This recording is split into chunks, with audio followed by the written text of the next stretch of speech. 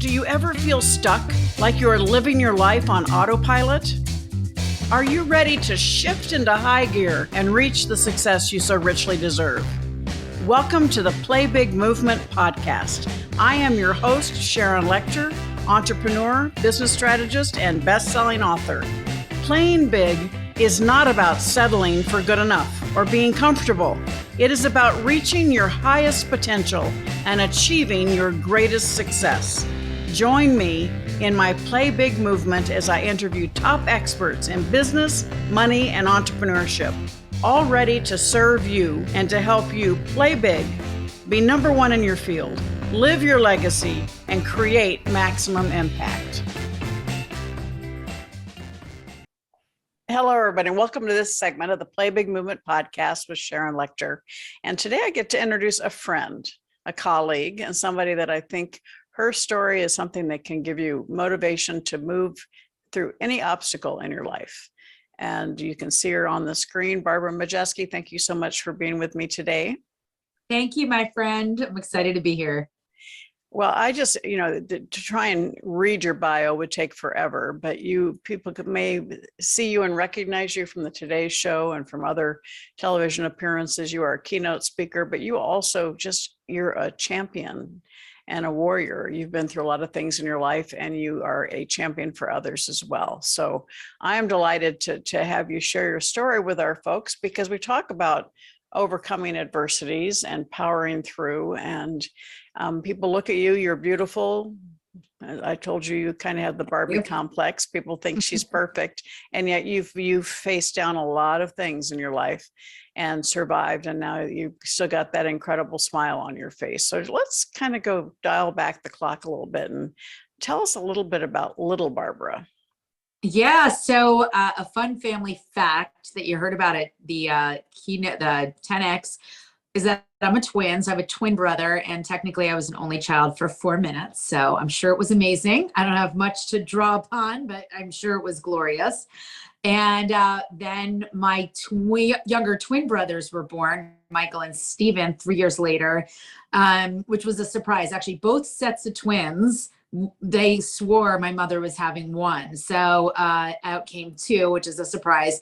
But the truth is, twins run in our family. My mother is a triplet. So, twins are not unusual for us. And yeah, so I grew up one of four. I have 3 brothers, and I always felt that the younger set of twins were actually mine. Like, I thought my parents brought me almost a doll set, and I would just play with them and treat like I was the mother, and I was very maternal over my twin brothers. So I'll share a quick story about when I was 6 and they were 3. And don't ask me why. In the 1970s, this was very normal, but I was giving them a bath. I was 6 years old giving 3. Listen, these are the 70s. I do remember the water line being low. So I'm giving them a bath, and I'm playing patty cake with Michael, because Michael was developing faster. And I can remember playing patty cake with Michael, and I turn around to play patty cake with Stephen, and he's just kind of laying back on the bath, not submerged in water or anything. And I'm like taking his hand. I'm like, let's play patty cake. Let's play patty cake. And he's not moving. So I called down to my mother. She's on the phone. And, I called down to my father, and slowly somebody comes upstairs, and the world went sideways. Stephen was having a seizure, and they flipped him upside down, and they're trying to get blood to his head, and they rushed him off to the hospital. Well, long story short, Stephen was in the hospital for about a month. And we would get little reports back. Now, I was only 6, so I didn't get a lot of information, but I knew my brother, Stephen, my baby doll, Stephen was mine. Just got to remember, they brought these dolls home for me. And eventually at the end of the month, my mother sat us down, my twin brother, Ben, and I, and they're like, Stephen's going to come home, but he's likely not to develop like other children. And he's probably not going to be able to speak. And I remember I was like, oh my God, he's coming home. I was so excited. They were bringing home my baby doll, my person. And I remember saying, I'm like, he'll never have to speak. I'll always be his voice. I'll be his voice. I'll speak for him. And as you meet me today, you probably understand, I kind of live with that, not only speaking for Stephen, but also the most vulnerable members of society. Stephen has we later found out he's a condition known as Fragile X, much like Down syndrome. So I find it very profound. That has been a thread that is woven throughout my life, is that not only do I speak for him, but I find ways to advocate for the most vulnerable members of society. So that's little Barbara. Well, and I love the story because you talk about how committed you are still today, and to him being there for taking care of him and being his guardian. And I think it's really important because there's so many people that don't experience having someone in their life with special needs. And it really, people who, the size of your heart is just so impressive. And we learn so much from them. In fact, one of the things you shared when we were at 10X Ladies and you were speaking was that, you know, you weren't taking care of him, he was taking care of you. And that was such an impactful thing. So. Well, you know, they say in Buddhism that people like my brother Stephen actually sacrifice this lifetime so those around them can evolve. And that theory very much resonates with me. And I've only heard that, so maybe that's urban legend, but I do love the philosophy of it, because I do know that I am a better person and I navigate this, my experience with a lot of compassion and understanding. And I feel I have great purpose because of that, you know, great responsibility to look out for those who don't have a voice. But I just have such a front row experience to, you know, to Stephen and his experience, that it's given me great access to compassion, understanding, and purpose. Mm-hmm. Well, and you've lived on both sides of that coin and continue to. I mean, you're known as the curator of the good life. You do lifestyle segments on on television, and yet you've also been somebody that's fought through a divorce as well as cancer. So tell us a little bit about the, you know, that time of understanding, because there's so many people watching and listening have something that they're going through right now, and they just feel like they're all alone. But it's like we all have those things we deal with behind the scenes, right? Yeah, you know, I think that's a really great question, because that's part of the collective human experience. And, you know, we all suffer, we all go through trials and tragedies and things that we have to overcome. I know you know that firsthand. And I will say, going through cancer and going through divorce, as I'm on the other side of it, I'm in a place where I'm no longer hemorrhaging, but I have my battle scars, my calluses. And I do believe that everything that happened to me didn't happen to me, it happened for me, because it's allowed me so much more clarity, grace, understanding. I feel like I'm a higher version of myself. And I know Oprah Winfrey said that we're all looking to exist in the highest, greatest version of ourselves. And because of those experiences, I believe that I have access to real knowingness, real heartbreak. I came face to face with my own mortality in the middle of cancer. And, you know, Martin Luther King Jr. says it best: it's only in the darkness to which you can see the stars. And when I was really at the throes of cancer and really just not, I was like, this is hard. It was not the cancer, it was the chemo that I found really hard.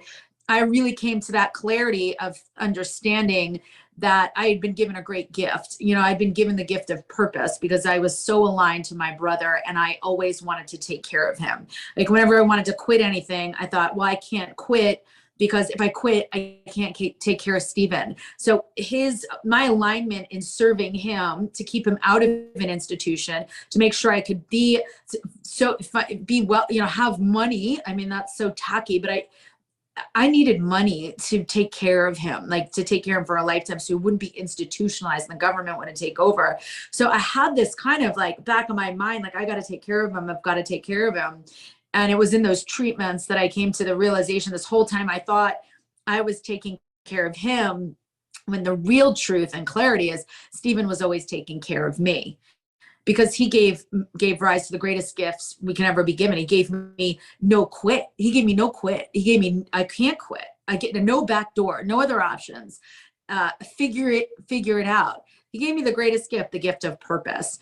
And it was in those dark moments, being confronted with my own mortality, that I was able to see that. And now I'm at another space where I'm like, I'm really truly in line with those two vows that I made. One was when I was 6 and I was like, I'll speak for him. And the other one, when I was, growing up with him, that I always take care of him. And that's how I exist today, of like just constantly putting myself out there when I'm faced with a setback or adversity. I'm like, I'm not doing this for I'm doing this because I'm supposed to use my voice. I'm supposed to speak for those who can't speak for themselves. I'm supposed to keep moving the feet forward. So I'm really somewhat, I'm kind of like unbreakable in my own way. I'm like, I've got big things to do. So I also think it's important, and we don't need to get into details because it's your story to share, but when we've talked about the process you were going through with your divorce, there was a moment in time when you had lots of pressure and advice to make a decision and go in one direction, but you knew it was not right. And so you made the decision to stand in your own truth and stand in what you felt. And that's something that's so important for women, particularly to hear, that we don't, yes, it's good to get advice from people, but you also need to make sure it's advice that is appropriate. And you realize that you needed to stand in the truth. And that ability and that strength and that courage is a huge example and a testament for other women to think about. I appreciate you bringing that up. And I think what's so important is that we are the only species that doesn't tune into our intuition. We could be getting onto an elevator and we could feel and sense danger, but because we don't want to hurt somebody's feelings, we will get on the elevator, and we don't trust our instincts and our intuition. And I use that story because I've heard it before, because it's so true, is that we don't necessarily trust our instincts and our intuition, yet it's never wrong. And it really is the being able to trust your own intuition. And my ex-husband hired amazing attorneys, celebrity attorneys, and he had been divorced before, so he had a little bit more seasoning. And this was my first rodeo, so I did not know what hit me. I mean, I was pretty much a crime scene, but what I did have is I had access to my intuition, and I had a very fancy attorney, not educated. She went to Yale, and she kept telling me to take the deal. And I was like, no, this deal is based on a false narrative. I was like, I don't think this is true. And the mediators were trying to get I had all these very intelligent people. Barb, you need to settle, take the deal. And I had mediators get up, push their chair out, and walk out on me, telling me I was a fool. I was like, I really and I'm sitting there going, oh my God. But my gut, and this is what everybody needs to hear that is listening. I think there's a reason whoever's listening needs to hear this. Your gut is not wrong. When you sense danger or you sense knowingness, you have to go with that. And every cell in my body was like, something is not right here. And I stood tall in the pocket. And it was a really difficult divorce. Ultimately, at the end, it flipped and I was right. It was based on a false narrative. It belongs in a movie where all of a sudden the war stops and there's silence and the birds are chirping and the rainbows come out and it's like the war, it was glorious. And here's my takeaway, because for a long time I held on to a lot of bitterness about his attorneys that were very aggressive. And what I realized is that though that whole experience taught me that I am really a strong person, that I can stand tall in the face of adversity and not get moved off my mark. And I am no longer bitter. I know that I'm better for the experience. My muscle of my fortitude muscle, my intuition muscle, all of it was fortified because they all challenged me and I didn't buckle. And now I feel like I move at a higher vibration because I'm tough.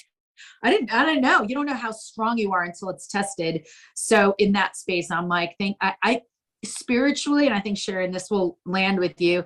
Spiritually, I thank them. I thank the attorneys for what they ultimate, and there's no bitterness, resentment, hate, anger. I don't have any of that. I have nothing but gratitude. So spiritually, I say thank you to them for the lessons to which they've given me and made me stronger. And I tell them, do not come at me again. I will hurt you bad. I will, I will yes. hurt you badly. And bless your heart, right? Do not try that again at home, kids. Thank you. So Barbara, you are just, you're such an incredible gift to people that know you, and such an example for people to understand, you know, how to find that courage, because it's in us. We just, sometimes we tap it down. One of your topics that you like to speak on is sabotage to success. Give us a little window into, you know, yeah, you know, I think sometimes we're our own worst enemy, and I appreciated that laugh. I didn't and you know, I like talking about it because I realized when I took inventory of my own life, when I was really confronted with my own mortality, I realized that I was the biggest inhibitor of moving the feet forward to things that I really wanted to do, whether it was like the weight of other people's opinions. So when I talk about sabotage, I really encourage people to do a checkup from the neck up, because really you have to take stock of the things that you're saying in your head, because that conversation that you have is either going to make you or it's going to break you. And honestly, I had such silly narratives running on loop in my head that when I started to say, you know what, I will never let the weight of fear or self-doubt or the weight of other people's opinions dictate how I'm going to move through life. Like I was like, I'm done with that. Because when I'd always wanted to be on TV, and after I survived cancer, I was like, let's go. Because I realized when you start listening to the things you say to yourself, and you realize like that is, I gotta swipe left on that. I gotta eject that cassette tape. I gotta put something else new. I used to say to myself, I'm like, well, what are people gonna think?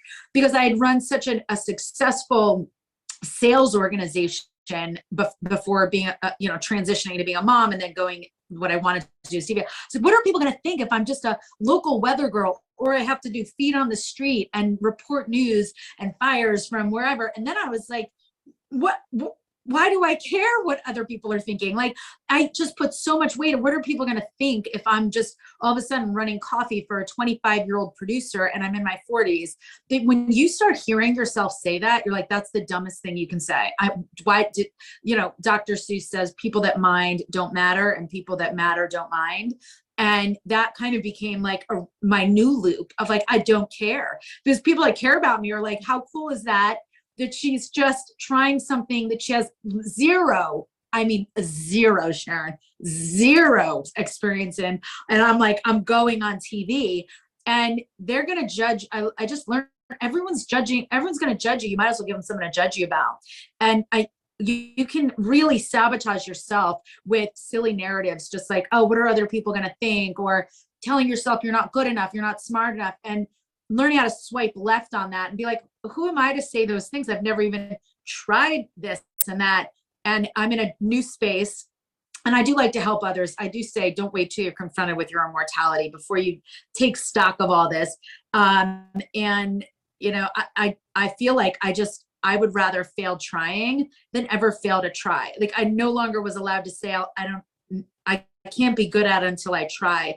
I'd rather make a fool out of myself trying. And then I have really good stories for like Clubhouse and podcasts. So, and keynote speaking. I'm like, I'd rather just have like a war chest of stories, because I'm in the arena of life and I'm leaving it all out on the field. So I encourage people to just get out of your own way and realize that these things are little sabotagers, and you can course correct, because it all starts up. You know, I said, you know, check yourself before you wreck yourself. Yes, yes. And there's no way to say that without that inflection. I can't say it without it. And I did forget to mention that you are like one of the top moderators. People love you on Clubhouse. So thank you. It was, you know, you will find Barbara if you become a regular on Clubhouse, because she's very dynamic and sought after moderator and speaker on Clubhouse as well. So Barbara, when people want to find out more about you, they want to invite you to speak, or they just want to, you know, kind of check in to see where you are, how can they find you? BarbaraMajeski.com is my website. I'm on Instagram at Barbara Majeski, and I'm on TikTok at Barbara Majeski. So I like to keep it pretty basic. I think I have enough flair outside that. It's Barbara Majeski. Yeah, it's fantastic.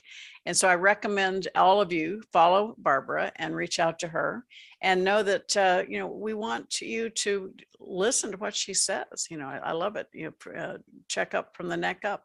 It's what we talk about, learning from adversity and understanding that you learn from out of every adversity comes a seed of an equal or greater benefit, as Napoleon Hill says. Sometimes it takes us a while to figure out what that benefit is. But right now, as you can hear and see Barbara, she has benefited from everything in her life. It wasn't necessarily an easy ride. And she was faced with mortality and came back from it and is so stronger for it now and has a great message to share with all of us. So Barbara, thank you for sharing your time with us. You're going to hang out for a little shorter interview for the private Facebook group, Play Big Movement, but I appreciate you so much and I love working with you. Thank you, Sharon. Same. So all of you watching and listening, thank you for being here with us for this segment of the Play Big Movement podcast. And make sure you tune in to the private Facebook group, where we talk about being number one in your field, living your legacy, and creating maximum impact. And my guests exhibit that completely. Barbara is a testament to playing a bigger game. So take care. Have a beautiful day. You are fabulous. Thank you for listening to this segment of the Play Big Movement podcast. Please subscribe to iTunes and leave us a review, as well as join us in other areas of social media, Twitter, Instagram, and LinkedIn at Sharon Lechter, and for Facebook, author Sharon Lechter. Thank you so much and have a fabulous day.